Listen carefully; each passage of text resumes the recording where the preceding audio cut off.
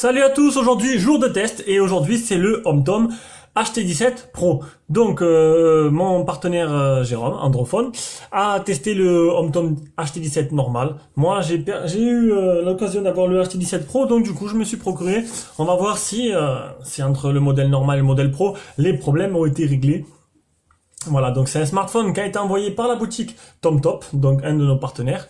Donc voilà, donc on va aller directement voir les caractéristiques. Donc, sur le site de TomTop, donc le HT7 Pro, donc la différence avec le HT7 normal, c'est juste qu'il a 2 Go de RAM, 16 Go de ROM. Donc un écran 720p un écran 5,5 pouces en 720p, c'est un dual SIM, appareil photo 13 mégapixels et 5, avec flash autofocus, 2 Go de RAM, 16 Go de ROM, avec une carte disponible à 64 Go si vous mettez une carte micro SD. Android 6.0, c'est un processeur 6737 quad-core. Qu'est-ce que je peux dire d'autre? Il fait 4G, oui, 4G toute bande française, 2G, 3G, 4G. 3000 mAh la batterie, on verra tout à l'heure si elle correspond vraiment aux 3000 qui sont supposés être. Donc voilà, hein, je pense qu'on a fait le tour. Donc voilà. Donc vous avez vu le déballage et là, du coup, on commence le test. Allez, on passe au design. Design de l'appareil. Donc, alors, il est pas très beau, hein. C'est un design assez grossier, assez moche, hein. On va dire qu'ils ont pas mis beaucoup de sous dans la recherche et développement pour ce téléphone. Bon, après, bon, c'est pas l'essentiel, mais bon, à ce prix-là, il y en a certaines marques qui arrivent à faire de très beaux petits téléphones. Alors, à l'avant, on a la LED de notification que vous voyez là, ça c'est cool. Au moins l'avant en fonctionnement, l'appareil photo frontal, le capteur de proximité là. Ici, on a le haut-parleur. En bas, on a les boutons qui sont pas rétroéclairés. Sur ce côté-là, on a une petite, hop, on va voir, ça va faire le zoom, voilà, une petite bordure comme ça avec des petits picots dedans. C'est sympathique. Bon, après, une fois qu'on a la coque, parce qu'il y a une coque livrée avec, qui est ici, je l'ai montré, on les voit plus. Dessous, décidément le noir. Dessous, on a le petit micro ici. Sur le côté, on retrouve les petits picots avec le bouton power, le bouton volume plus moins. Au-dessus, on a le port de rechargement et le port jack. Et derrière, le capteur d'empreinte digitale qu'on verra tout à l'heure s'il fonctionne bien. Vous avez déjà vu un peu. Le simple flash LED et l'appareil photo. Voilà, le logo HomeTom. On va maintenant l'ouvrir. Vous avez vu, j'ai changé un peu mes petits bonhommes. Fini Mini, Hello Kitty et tout. Bah, j'avais pris ma fille, j'avais rien d'autre. Bon, c'est plus sympa déjà, non? Hop, on efface. Donc, la coque arrière assez rigide. Derrière, on a une grosse batterie de 3000 mAh avec les IMU, on s'en fout, donc c'est bien le modèle HT17 Pro. Une SIM, donc micro SIM, 2 micro SIM et la carte SD ici. Voilà. On va refermer tout ça.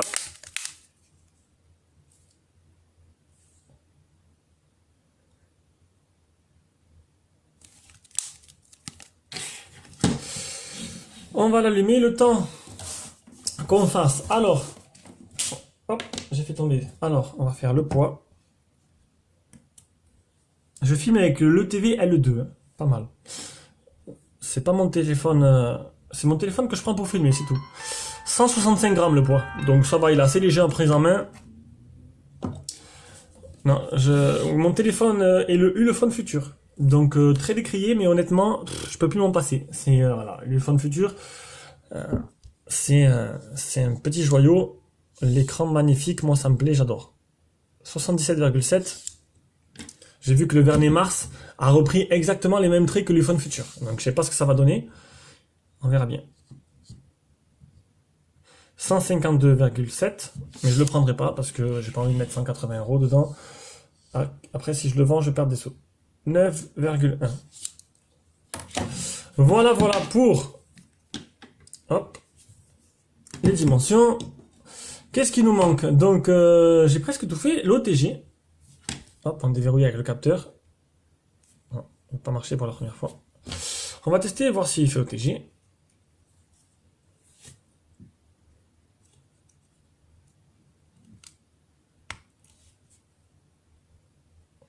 fait pas OTG. Ah si. Eh oui. Donc il fait bien OTG, donc ça fait encore un truc en plus, c'est vraiment pas mal. Hop là. Voilà, voilà. Allez, on passe à l'écran. L'écran de ce smartphone, c'est un écran de 5,5 pouces en 720p. Et c'est un écran pas extraordinaire. La qualité, vous allez voir, apparemment, Jérôme m'aurait dit que, voilà, pareil, le sien, il avait un petit souci. Donc il y a un petit souci de couleur ou de contraste, je sais pas, je suis pas professionnel. Vous allez voir ça de suite. Ah, c'est vrai qu'on appuie 2 fois sur le bouton. C'est les petites options qui sont assez sympathiques à l'intérieur. On va mettre luminosité au taquet. Les couleurs sont assez fades, ça fait bizarre, ça saute pas aux yeux directement. Voilà, donc là j'ai mis la musique au maximum. Et en fait, je sais pas, il y a un souci avec les icônes, ça fait bizarre. Je trouve qu'elles manquent de couleurs, il manque de contraste, je sais pas trop. Voilà, ça manque de contraste. Bon, sinon, au niveau activité de l'écran, ça réagit bien.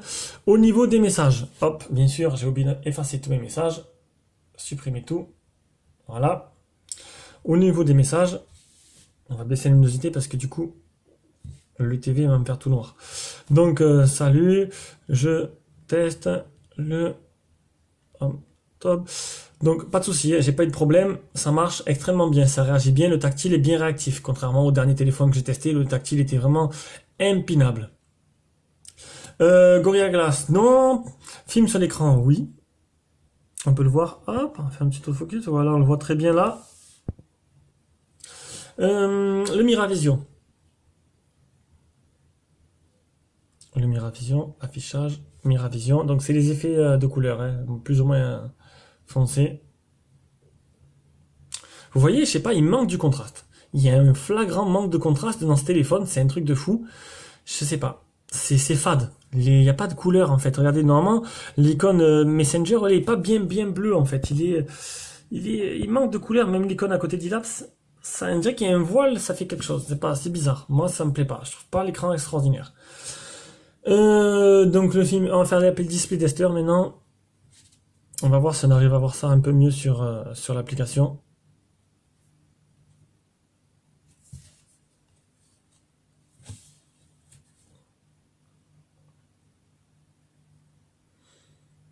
Voilà, les couleurs sont pas plutôt vives, c'est assez, c'est vraiment correct. Les noirs est vraiment bien noir.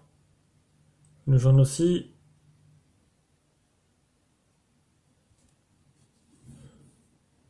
C'est peut-être un problème avec, je sais pas, le launcher qu'ils ont mis, les icônes, parce que les couleurs ont l'air vraiment correctes quand on regarde avec cette application. Je pense que c'est plutôt un rapport avec voilà, le launcher, je sais pas, ils ont mis des icônes bizarres. Alors, gamma, hop, on va faire le multitouch. 5 touches, c'est pas mal. Les photos réelles.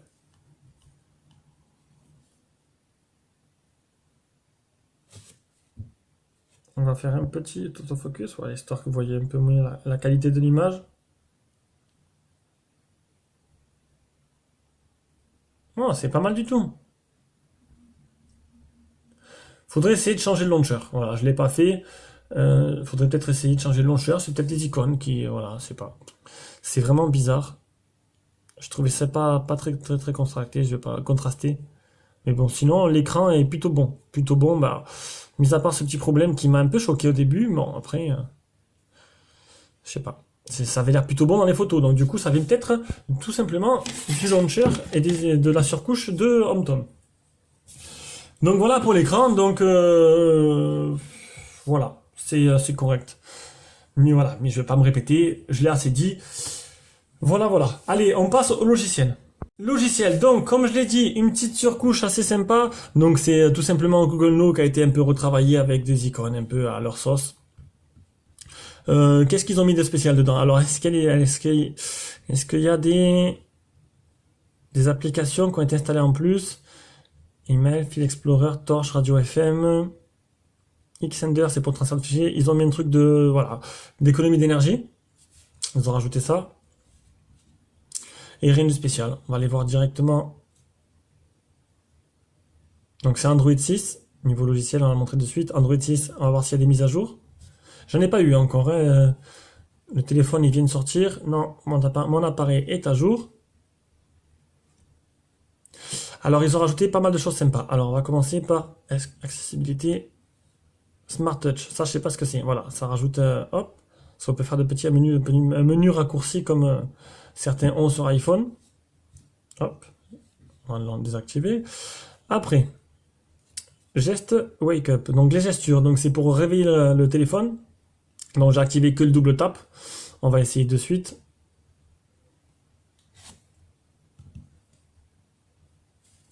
Voilà, donc ça marche bien. C'est quoi ça? Une pub qui apparaît. Sûrement par rapport à une application que j'ai dû installer.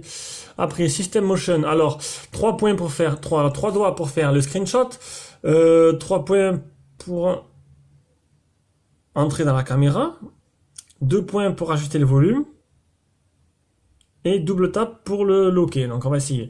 Donc, le screenshot, c'est 3. Voilà, ça marche. Ça, c'est pour le volume. Hop. Ah, merde. Voilà. Et c'est quoi qu'il y avait d'autre? 2 points pour la caméra, je sais plus. 3 points. Non, je sais plus comment j'avais fait. J'avais réussi. Voilà, ça marche. Donc 3 points vers le haut, vous allez la caméra. 3 points vers le bas, ça fait un screenshot. Et le volume, c'est comme ça. Donc franchement, c'est sympa. Et c'est très rare. C'est très rare. Et franchement, en tome, c'est sympa qu'ils ont mis ça. Et c'est pas fini. On vous appelle, vous tournez le téléphone, ça raccroche. Vous pouvez répondre en faisant ça devant le téléphone. Réponse rapide. Je sais pas ce que c'est. Smart answer, put the phone close, ça pour répondre au téléphone. Smart switch, turn the speaker when the phone close. Quand ça répond tout seul quand vous mettez à l'oreille. Et smart call, put the phone, quand vous êtes, voilà, c'est quand vous êtes dans un contact, vous mettez votre téléphone à l'oreille et ça appelle directement. Donc c'est sympa. Franchement, ils ont fait l'effort de faire tout ça, de rajouter tout ça en plus. C'est vraiment pas mal et vraiment très appréciable. On peut aussi, voilà, modifier la lettre de notification. C'est bien. Franchement, c'est pas mal. Et Locknote, donc Locknote aussi, en plus de ça, ouais, Locknote, donc c'est la solution de transfert de fichiers entre téléphones Mediatek. Qu'est-ce qu'on a d'autre? On va voir la mémoire, donc c'est bien un 2 Go de RAM. Et le stockage, il reste 9 sur 16. Sur 16, il reste 9. Non, 9 utilisés sur 16. Donc c'est pas mal. C'est pas mal du tout. Donc c'est plutôt complet. Au niveau logiciel, il n'y a rien à dire. Ah, j'ai oublié de montrer le double tap. Vous, attendez, hop, je le rallume. Voilà. Vous cliquez 2 fois sur le bouton d'homme et ça éteint. C'est pas mal. Et avec ça, il y a le capteur d'empreinte.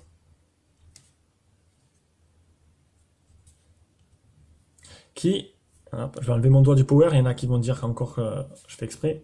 Le capteur d'empreinte qui marche très bien. Voilà, nickel. Et d'ailleurs, c'est pour moi, enfin, où j'ai un doigt bizarre, c'est le premier qui marche très bien d'ailleurs sur un téléphone low cost.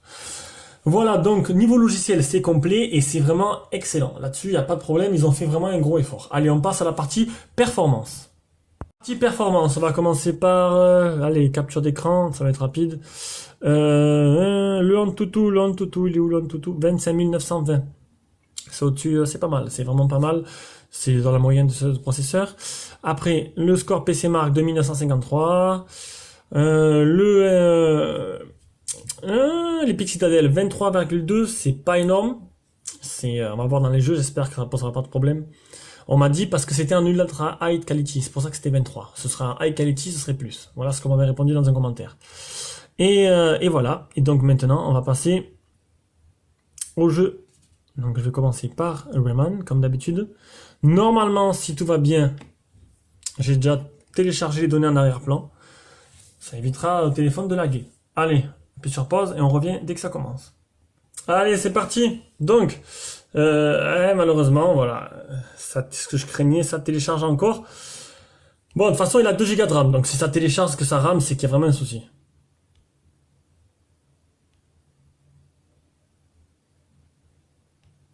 Donc, pour l'instant, ça a l'air d'être pas mal. On va monter un peu le son.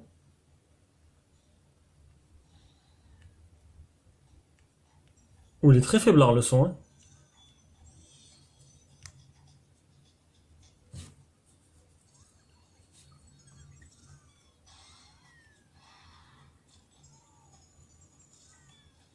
Donc ça lag pas trop, c'est correct. Ça avance plutôt bien. Bon, Rayman n'est pas le plus rapide que j'ai vu, mais c'est parfaitement jouable. Allez. On ferme tout. Tadam.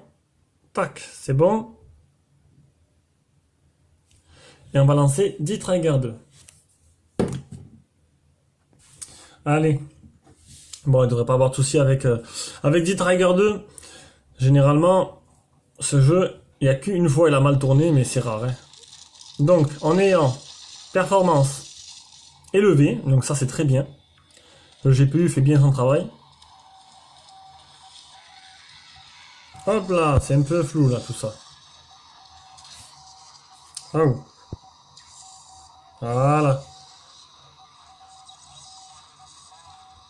Hop là, désolé, je suis en train de regarder les deux écrans en même temps, c'est un peu dur. Histoire de faire une petite mise au point. Donc c'est fluide, c'est beau, ça lag pas.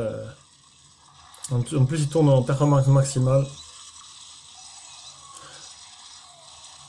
Après peut-être pouvoir par la suite, quand il y a vraiment beaucoup de zombies ou beaucoup d'effets de particules, baisser la résolution, enfin baisser le niveau de graphisme d'un moyen, histoire que ça marche un chouïa mieux.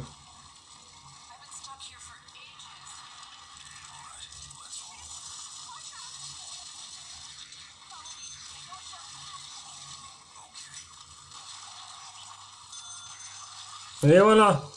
Bon, pas de souci. Allez, hop là, je l'éteins. Voilà. On va fermer les deux et on va lancer Need for Speed. Allez, ça va commencer. On va voir un peu ce que ça donne.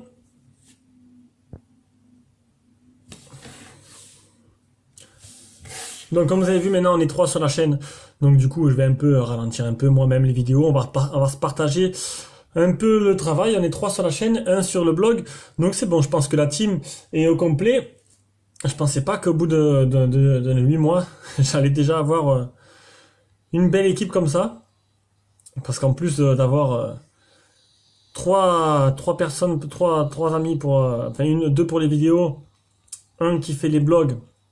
J'ai aussi 2 personnes qui changent les écrans et une autre personne qui peut sortir de votre téléphone de n'importe quelle situation. Donc c'est pas mal, on est au complet, on arrive à faire un peu plus que les autres, ça c'est le principal. Bientôt 1000 abonnés. Et ça c'est pas mal du tout. Donc on revient au jeu, c'est fluide, ça lag pas, c'est plutôt sympa, c'est plutôt beau. On va tester maintenant l'accéléromètre depuis le dernier jeu. Et oui, depuis le dernier jeu j'ai remarqué que...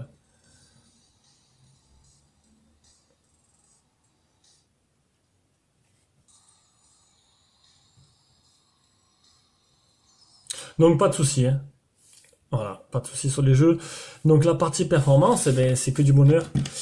Donc tout marche bien et parfaitement. Allez, on passe à l'appareil photo. Alors, cette partie photo, qu'est-ce que ça donne?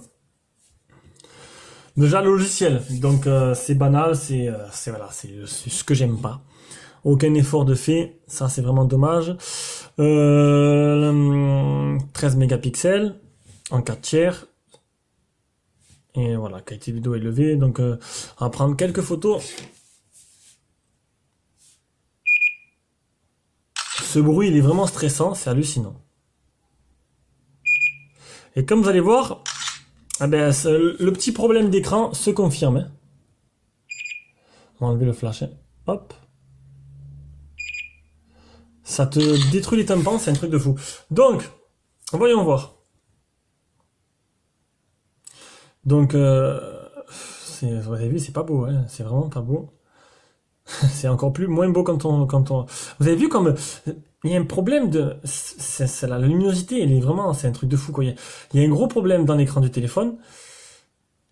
Et ça se confirme sur les photos.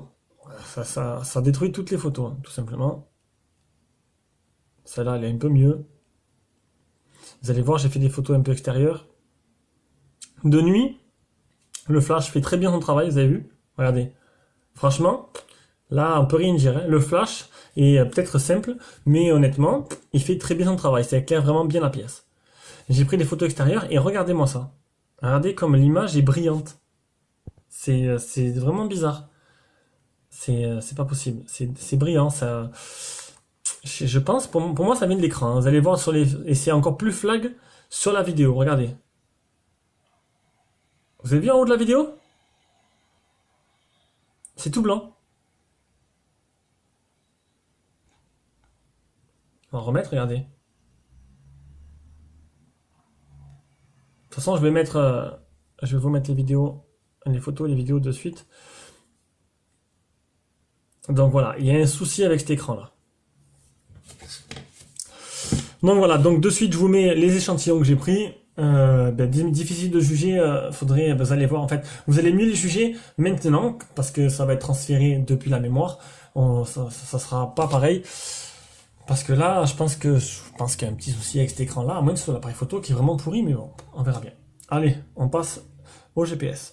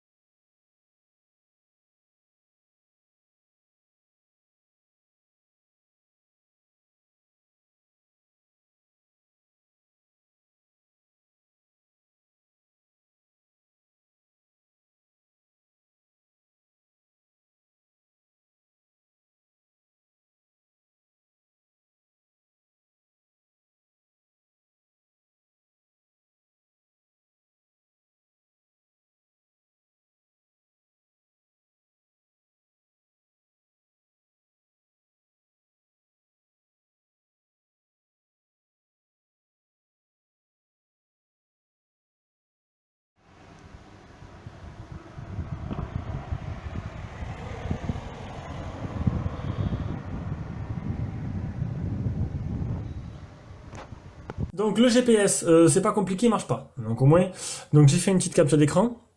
Donc exactement comme le HT17 normal. Les problèmes n'ont pas été réglés, ils ont dû sortir en même temps. Voilà, donc 5 fixés, 5 vues, 5 fixés, 6 mètres, c'est pas possible de se déplacer, de pouvoir se guider avec autant peu de GPS. Donc il marche pas, il n'est pas utilisable. Voilà, donc on va passer directement à la suite, à la partie audio-vidéo. On va commencer par une petite vidéo en Wi-Fi. Hop, c'est pas ça. 1080p.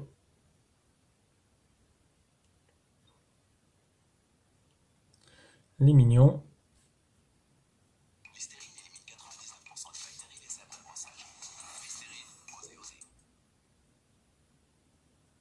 Alors, on va écouter un peu le haut-parleur.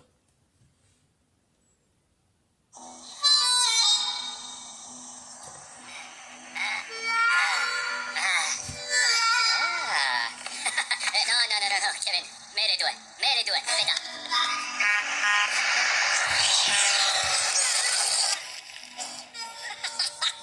Non, mets les doigts, aspetta.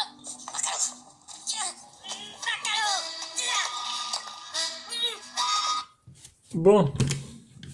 Mais écoutez, le son il est pas trop mal. Il est pas trop mal, le haut-parleur, ça va. C'est correct, ça grésille pas à pleine puissance. On va maintenant mettre le jack.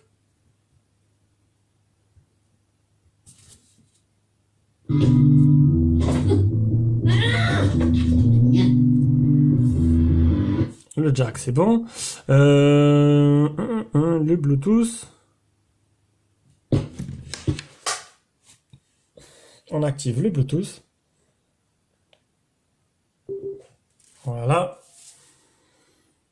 Ça y est, il a trouvé assez rapidement.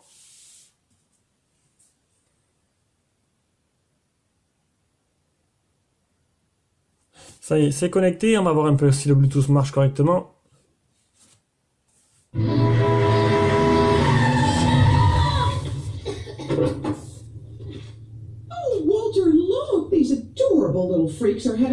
Bon là, durant ces vidéos, je vois pas... voilà, je trouve l'écran normal.